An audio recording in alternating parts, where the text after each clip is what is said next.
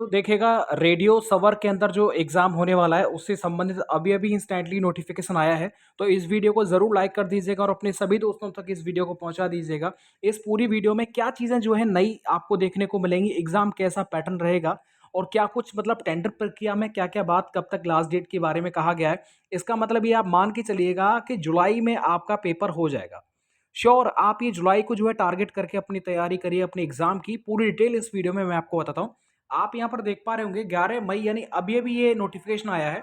तो जैसे ही आया मैंने तुरंत जो है आपके सामने इस वीडियो के माध्यम से और डिटेल में वीडियो जो है बहुत शायद हो सकता है कल आपको मिल जाएगी।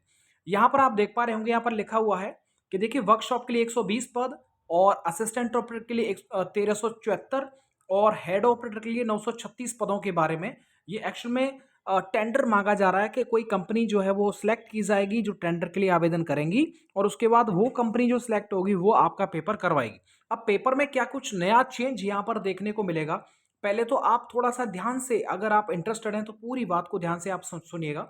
यहाँ पर लिखा हुआ है कि तीनों पदों पर यानी कि असिस्टेंट हो, हेड हो या फिर वर्कशॉप हो, तीनों पदों पर आपकी जो है ओएमआर बेस्ड यानी लिखित परीक्षा होगी, रिटन एग्जाम होगा। हाइब्रिड मोड के आधार पर इस बार आपका एग्जाम होगा और ये पहली बार यूपी में पहली बार हो रहा है। हाइब्रिड मोड क्या होता है कि यानी क्वेश्चन पेपर होगा वो आपको कंप्यूटर पर दिखाई देगा और आपका जो ओएमआर होगा उसमें आपको आंसर बनना होगा। यानी क्वेश्चन आप देखेंगे कंप्यूटर से, बाकी जो उसका आंसर होगा गोला भरेंगे, ओएमआर भरेंगे, वो आपके लिए ओएमआर ऑफलाइन होगी। ठीक है, यानी दोनों ही मोड इसमें शामिल कर दिए गए हैं और ये इसलिए किया गया है ताकि नकल को रोका जा सके। पहले क्या होता था कि पहले कंप्यूटर को जो है हैक कर लिया जाता था और कंप्यूटर में ही क्वेश्चन और उसी में आपको जो है वो गोले यानी आंसर देना पड़ता था।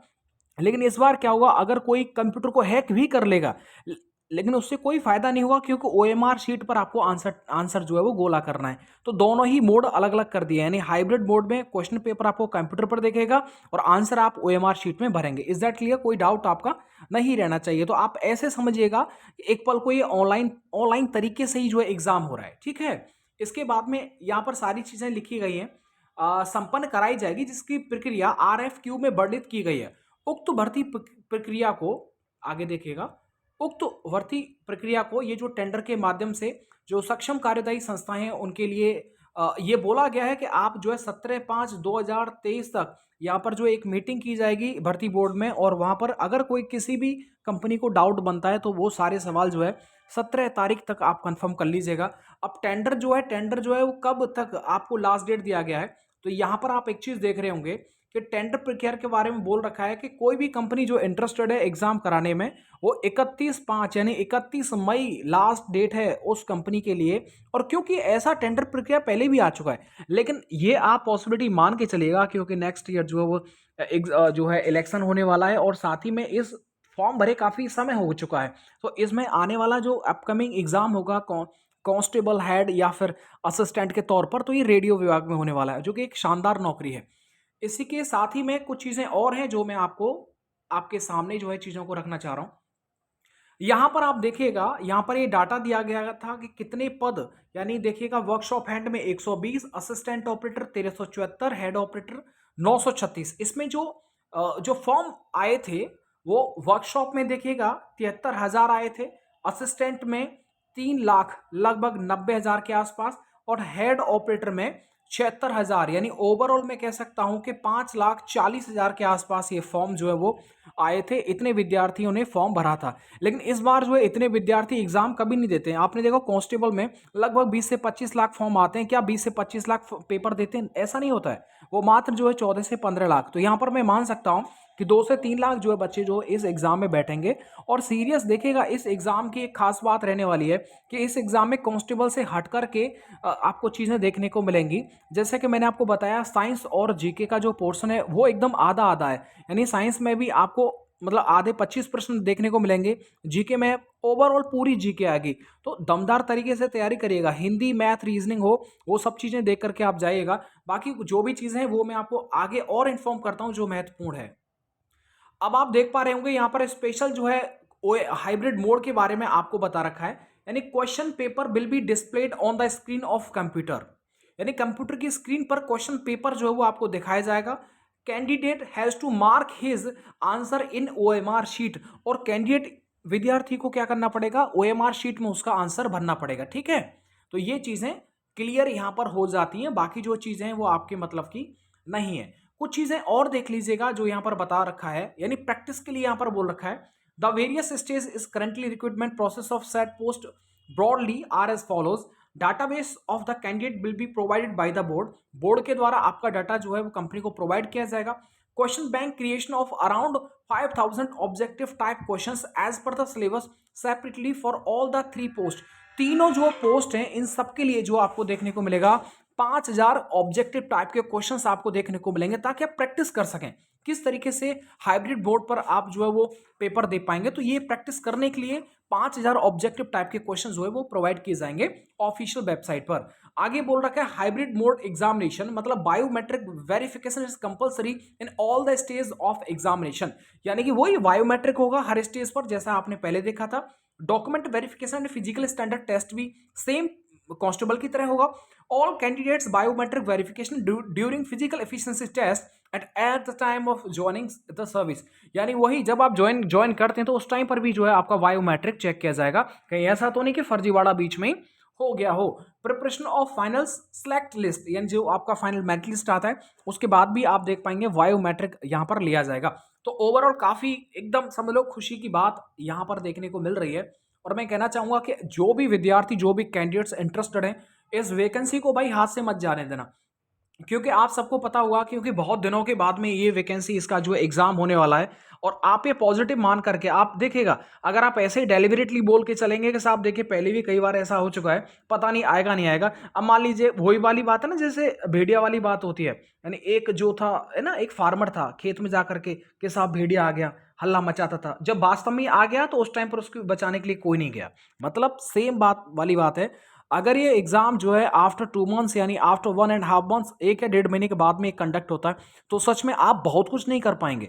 जिन विद्यार्थियों ने तैयारी कंसिस्टेंटली अभी चालू रखी है, कर रहे हैं और आगे भी वो लगातार इसी पढ़ाई में रिदम में लगे हुए, मैं कहूंगा कि आपके लिए सीट बिल्कुल आपका वेट कर रही है। और नौकरी यार इससे बेहतर कांस्टेबल लेवल पर या 3 फीटी वाले स्टार में या आप हेड में, भाई इससे बढ़िया नहीं हो सकती। ऐसा मैंने क्यों बोला, क्योंकि इसमें फिक्स आवर की ड्यूटी होती है, फिक्स आपके घंटे बंधे रहते हैं और आप एक जगह पर ना 15-15 10-10 साल जो है ड्यूटी कर सकते हैं। एग्जैक्टली यानी आप अपने मन के अंदर से ये भ्रम निकाल दीजिएगा कि साहब इसमें जो है थोड़ी बहुत प्रॉब्लम आपको देखने को मिलेगी, ऐसा नहीं है। आप एक जगह 15-15 20-20 साल नौकरी कर सकते हैं। मैं ऑलरेडी बात करके आया हूं, उस आधार पर मैं अपनी बात को आगे रख रहा हूं। यानी आपके मान लीजिए अगर आपने अपने बच्चों का एक जगह एडमिशन करवा दिया ना, तो आपका जो बेटा या बेटी होगा पूरा का पूरा 12वीं ग्रेजुएशन भी कर जाएगा एक ही जगह से।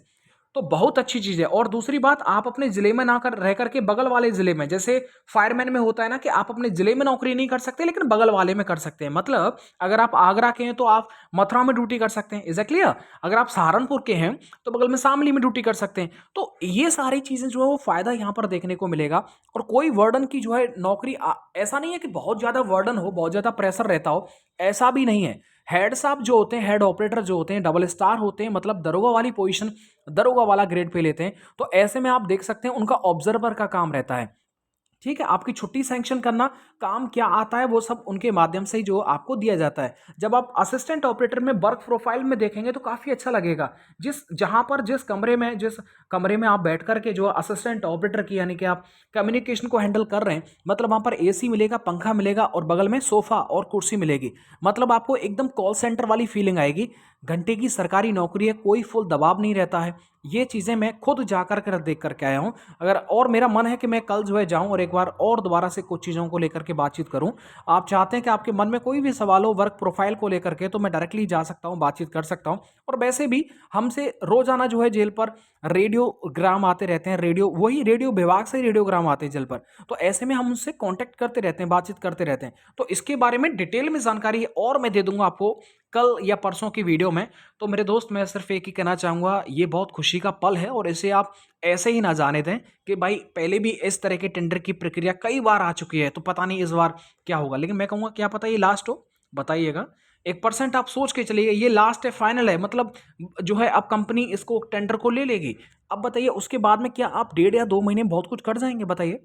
आपको मैं बता दूं, जब कांस्टेबल का पहले जब भर्ती आया था तो जस्ट कंपनी ने जैसे ही टेंडर स्वीकार किया तो जस्ट आफ्टर 1.5 मंथ यानी 1 1.5 महीने के बाद में एग्जाम हो गया था कांस्टेबल लेवल का। तो इन सब चीज़ों को देख करके आप हिम्मत ना हारें और तैयारी में जुट जाइएगा। एक और बात देखिएगा, मैथ हो, रीजनिंग हो, फिजिक्स हो, तीनों का अपना स्टैंडर्ड अलग रहेगा। हेड ऑपरेटर की बात करता हूं तो वो एक दरोगा लेवल में आएगा, और दरोगा लेवल में ना बहुत तगड़ा लेवल नहीं था। अगर आप दरोगा का पेपर उठा के देखेंगे तो इसमें आपको राहत ये मिलेगी कि साहब इसमें जो है मूल विधि, सीआरपीसी, आईपीसी ये सब देखने को नहीं मिलेगा, क्योंकि टेक्निकल है हेड ऑपरेटर। तो जिस ब्रांच मतलब टेक्निकल चीजें जो है आपको बहुत ज्यादा देखने को मिलेंगी। इधर असिस्टेंट ऑपरेटर में साइंस का फैक्टर ज्यादा है, बाकी पूरा सिलेबस कांस्टेबल की तरह ही है, बस साइंस इसमें जो है 25 क्वेश्चन अलग से आधा आधा पोर्शन जो है संभालेगी साइंस को। तो साइंस को जो आज से नोट्स बना रखे हैं या फिर आप पढ़ रहे हैं तो उनको थोड़ा ज़्यादा वरीयता दीजिएगा। बाकी तो कांस्टेबल की है पूरी, जैसे हिंदी हो गया, हिंदी में बहुत कुछ नहीं आता है, मैथ हो गया, रीजनिंग हो गया, मतलब देख करके आप एकदम है ना अच्छा कर लोगे। बाकी आपको ध्यान देना है तो साइंस को लेकर के आप ध्यान दीजिएगा। और मैं कहना चाहूँगा किसी की बातों में ना आइएगा कि पता नहीं क्या है, क्या होगा, पता नहीं टेंडर है, स्वीकार होगा नहीं होगा, कब एग्जाम होगा। मैं कह रहा हूँ कि अगर 2 महीने के या 4 महीने बाद में भी एग्जाम हो जाए, एक बार और मान लो टेंडर प्रक्रिया जारी हो जाती है, तो क्या होगा?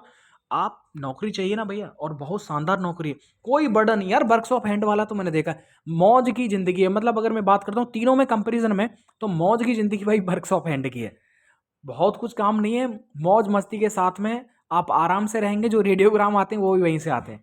तो ऐसी चीज़ों को आप थोड़ा सा ध्यान में रख करके अपने आप को, मोटिवेशन को हाई करके इस चीज़ पर आप ध्यान दीजिएगा, चलेगा। और डाउट है तो आप कमेंट कर दीजिएगा, मैं आप नेक्स्ट वीडियो बना दूंगा। अपना आप ध्यान रखें, बेस्ट ऑफ लक। तैयारी को बिल्कुल जो है रोके ना, और एक मोटिवेशन के तौर पर इस चीज़ को लें कि हाँ भाई 1.5 महीने में 2 महीने में एग्जाम होने वाला है और मैं अपनी तैयारी को पूरा कर लूँ।